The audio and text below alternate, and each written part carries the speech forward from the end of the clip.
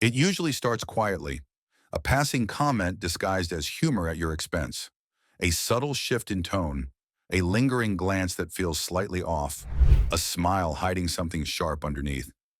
Most people ignore these early signs. They convince themselves it's not worth reacting to.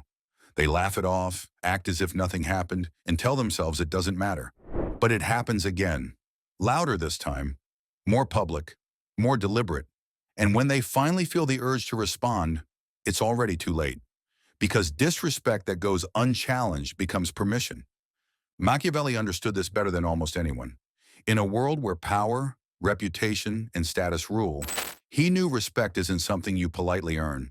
It's something you enforce. The moment someone disrespects you, your response determines everything. Not only how they see you, but how everyone around you learns to treat you going forward. Why? Because disrespect isn't always personal at first. It's often a test. If you fail it, you're not just seen as weak. You're marked as someone safe to disrespect again. So when disrespect happens, you don't delay. You don't theorize about what you should do later. You act immediately, but not the way most people do. You don't blow up. You don't get emotional. You go silent, but not passive. Because here's the first law of handling disrespect through a Machiavellian lens. The person who reacts emotionally loses power. The one who withdraws strategically becomes unpredictable. And unpredictability creates fear. Silence does not mean pretending it didn't happen. It means pulling your energy away. You don't laugh it off. You don't fake ignorance. You don't explain how it made you feel. Instead, you create a void. You make them feel the weight of your absence, in your gaze, in your tone, in the way you stop feeding the interaction. It's a sudden break in the rhythm they were trying to set, a black hole where they expected control. Disrespect survives on reactions, laughter, defensiveness, attempts to appease. But when you meet it with stillness, the truth becomes clear. It was never strength. It was a weak attempt at dominance. Machiavelli never struck first. He observed. He allowed his enemies to reveal themselves completely, confident in their arrogance. And when he did respond, it was never with apology. It was with precision. That's your next move.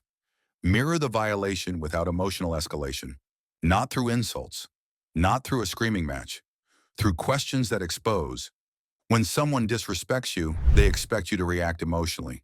They want to see insecurity. They want you to slip. What they don't expect is calm dissection.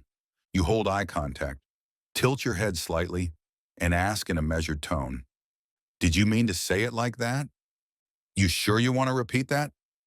That sounded personal. Want to clarify before I respond?" Each question is a surgical strike. You're not denying the attack. You're making them own it. You're inviting them to double down in public, to expose themselves further. Most won't, because most disrespect isn't bold. It's opportunistic. They test limits to see if anyone checks them. When you respond with calm tension and unwavering clarity, doubt creeps in. And doubt is what you want. Not revenge, not drama, doubt. The person who creates doubt makes others hesitate. They stumble. They correct themselves. They tread lightly. That's real influence. But one confrontation isn't enough. Most people can manage a single moment. What they can't manage is consistency. If someone disrespects you once and you handle it well, that's good. But if later you go soft again, if the door feels open, they'll test you again. So step 3 is critical. Reframe the relationship immediately. You don't go back to normal. You don't pretend nothing happened. You redraw the line in how you speak, how you show up, and how accessible you now become. If the disrespect was public, let your new posture speak louder than any comeback could. Withdraw warmth. Sharpen your language. Reduce availability. You don't announce the shift, you let them feel it. That's what separates people who are respected from those who are ignored. It's not about intimidation. It's about presence through principle. You've sent a silent message. I am not available for that. And I don't owe you comfort about it. The room notices. People adjust. Your name starts carrying weight. Because the truth is, disrespect rarely comes from strength. It comes from perceived safety. People insult you when they believe there will be no consequence. They mock you when they think you won't push back. Machiavelli understood this. Power isn't about striking often. It's about making them believe you could strike at any time. Your goal isn't fear, it's uncertainty. Did they go too far? Why are you so quiet right now? What are you thinking? Why didn't you react the way they expected? That uncertainty becomes your shield, because people instinctively avoid what they can't predict. This is why Machiavelli warned against being too transparent, too consistent, too easy to read. Predictable people are easy to manipulate, but someone who can go from warm to withdrawn, from silent to surgical, becomes an anomaly. And anomalies bend social dynamics. People defer to you not because you demanded it, but because their instincts tell them to. Now here's the deeper psychological truth. Respect doesn't come from being liked. It comes from being felt. When you enter a room and the energy changes, voices lower, tones shift, that's not popularity, that's presence. Presence is built through contrast. You don't always respond, but when you do, it lands like a blade. You don't dominate unnecessarily, but when your boundary is crossed, you enforce it without hesitation. You don't need to announce your standards. You enforce them through subtraction. You subtract reactivity. You subtract neediness. You subtract over-explaining and justifying. And most importantly, you subtract tolerance for even 1% of disrespect disguised as humor or casual shade. That's when people start treating you differently. Conversations slow when you speak. People stop interrupting. They repeat your words later because they were rare and deliberate. You've stopped chasing approval.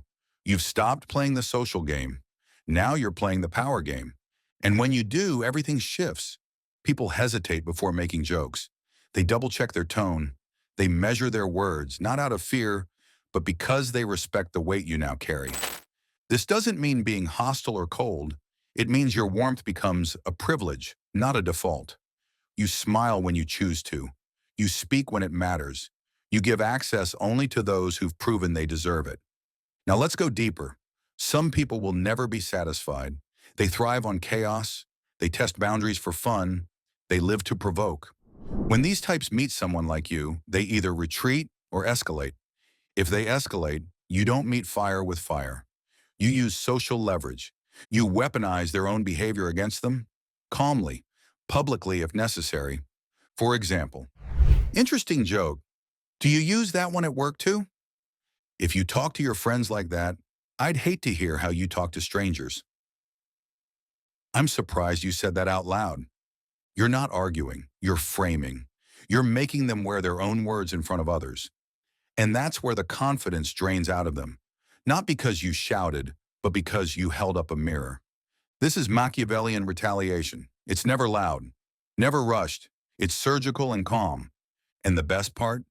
You're still composed, still unshaken, while they're shrinking under the weight of their own exposure. Here's the ultimate truth. The people who disrespect you only do it because they believe they can. The moment you make that belief too expensive, the game ends.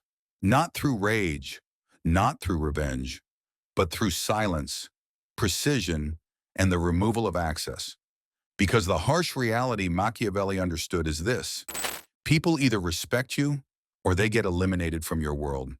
Not in anger, not in drama, but quietly, permanently. That's the final power move. Not demanding respect, but making it clear through your actions that once access is gone, it never returns. When someone realizes they've crossed the line, you don't punish. You don't forgive. You do something far colder. Nothing. No warmth, no reassurance, no explanation, just stillness. Because the most haunting message you can send is this: you're no longer relevant to me. And that's when they truly understand. Not only did their disrespect fail to harm you, it elevated you. It made you more respected, more distant, more untouchable. This is how kings moved in Machiavelli's time. And this is how you move today. Not by being loud, not by proving yourself, but by becoming someone whose silence feels heavier than other people's noise. Because in the end, power doesn't come from reacting. It comes from what people assume you do, even when you say nothing at all.